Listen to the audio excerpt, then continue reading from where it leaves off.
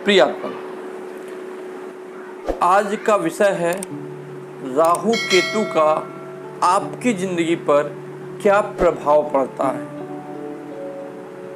अगर वो कुंडली में उच्च के बैठे होंगे तो वो आपकी ज़िंदगी पे क्या प्रभाव डालेंगे, और अगर वो नीच के बैठे होंगे तो वो आपकी ज़िंदगी पे क्या प्रभाव डालेंगे।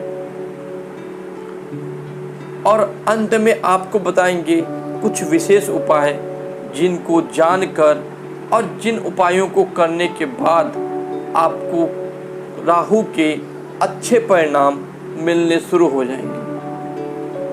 इसलिए उपायों को ज़रूर सुनिएगा और एक बार ज़रूर करिएगा, क्योंकि ये कई लोगों को लाभ प्रदान कर चुके हैं। आप में से कई लोग ज्योतिषियों के पास जाते होंगे तो वो अगर आपको एक बार ही बताते हैं कि आपके में राहु केतु गड़बड़ बैठ गया है तो आप परेशान हो जाते हैं। आप में से कई लोग घबरा जाते हैं, क्योंकि राहु शनि का फल देता है और केतु मंगल का। अगर ये अनिष्ट हो रहे हैं तो आपको काफ़ी समस्याओं का सामना करना पड़ सकता है। आपके कार्यों में रुकावट आने लगती है, सक्सेस में रुकावट आने लगती है। अगर सिर्फ राहु केतु ही आपकी कुंडली में गड़बड़ बैठ जाए तो ये काफ़ी विध्वंसक रूप दिखा सकते हैं आपकी ज़िंदगी में, जो आपकी ज़िंदगी को पूरी तरह से अनस्टेबल कर सकते हैं। कई लोग शनि से डरते हैं, कई लोग मंगल से डरते हैं, किंतु राहु केतु में दोनों का प्रभाव मिल जाता है। इसीलिए वैसे तो ये छाया ग्रह हैं, लेकिन छाया ग्रह होने के बावजूद भी ये अत्यंत अनिष्टकारी ग्रह होते हैं और कई बार काफ़ी सुफलदायक होते हैं अगर ये कुंडली में मजबूत और उच्च स्थिति में बैठे होते हैं। राहु व्यक्ति को रातों रात फर्श से अर्श पे पहुंचाने वाला ग्रह होता है। केतु आपको मोक्ष प्रदान करने वाला ग्रह होता है, किंतु यही अनिष्टकारी हो जाए तो आपको रातों रात दिवालिया बनाने में भी कसर नहीं छोड़ते।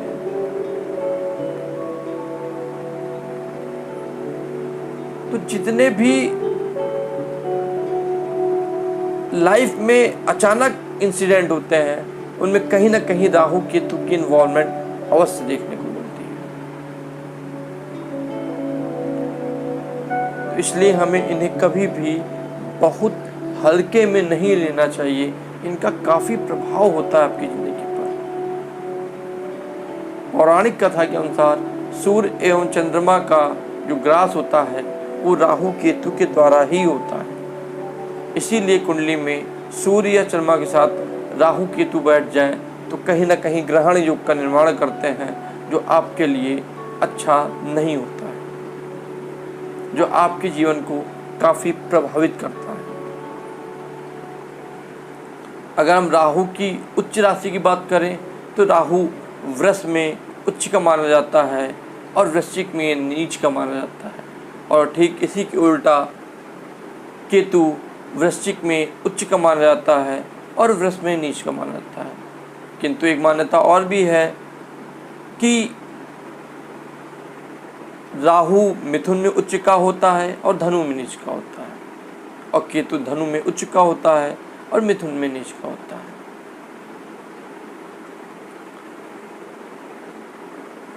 किंतु अगर नीच अवस्था में ये ग्रह बैठ जाते हैं तो निश्चित ही आपको काफ़ी ज़िंदगी में परेशानियों का सामना करना पड़ेगा।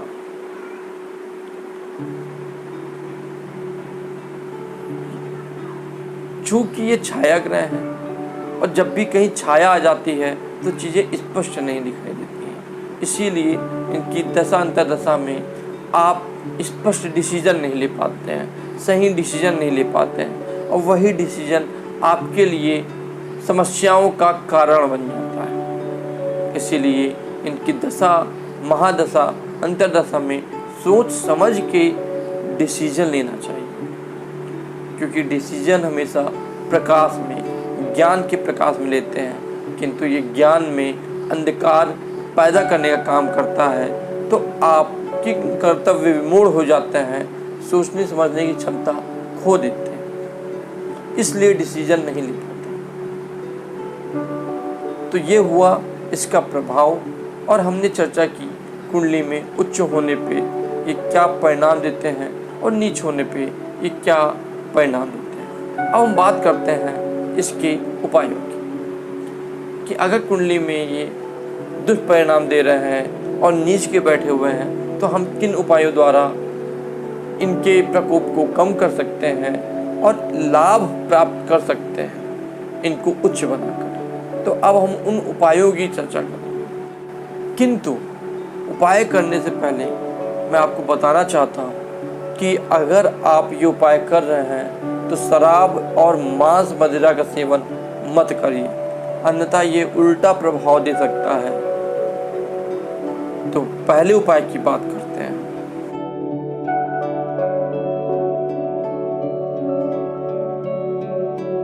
आपको पहले उपाय में ये करना है, अगर आपकी कुंडली में राहु केतु अनिष्टकारी परिणाम दे रहे हैं या अशुभ स्थिति में बैठे हुए हैं या अच्छे फल नहीं दे रहे हैं, तो आप अपने घर में 250 ग्राम चांदी का एक हाथी स्थापित करिए अपने मंदिर में। आप देखेंगे इसके प्रभाव से कुछ ही समय में आपके ऊपर से राहु केतु का नेगेटिव इफेक्ट कम होने लगेगा, या आपके घर में भी राहु केतु का नेगेटिव इफेक्ट कम होने लगेगा और ये पॉजिटिव इफेक्ट देने लगेगा। अब हम बात करते हैं दूसरे प्रमुख उपाय की।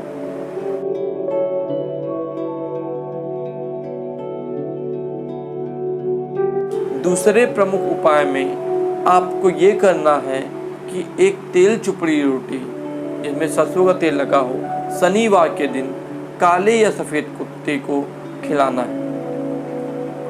11 शनिवार लगातार करना है।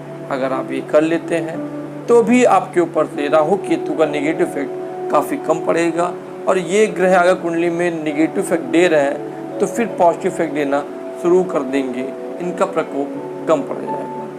अब हम बात करते हैं तीसरे प्रमुख उपाय की।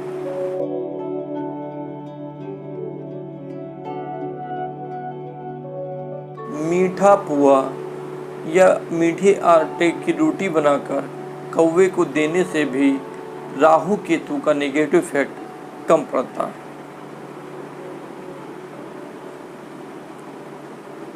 कुष्ठ रोगियों की सेवा करने से भी इसका नेगेटिव इफेक्ट काफ़ी कम पड़ता है।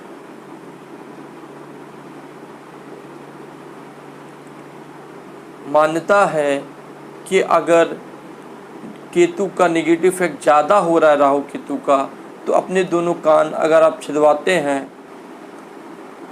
तो भी इसका नेगेटिव इफेक्ट काफ़ी कम पड़ता है। अब हम बात करते हैं अगले उपाय की।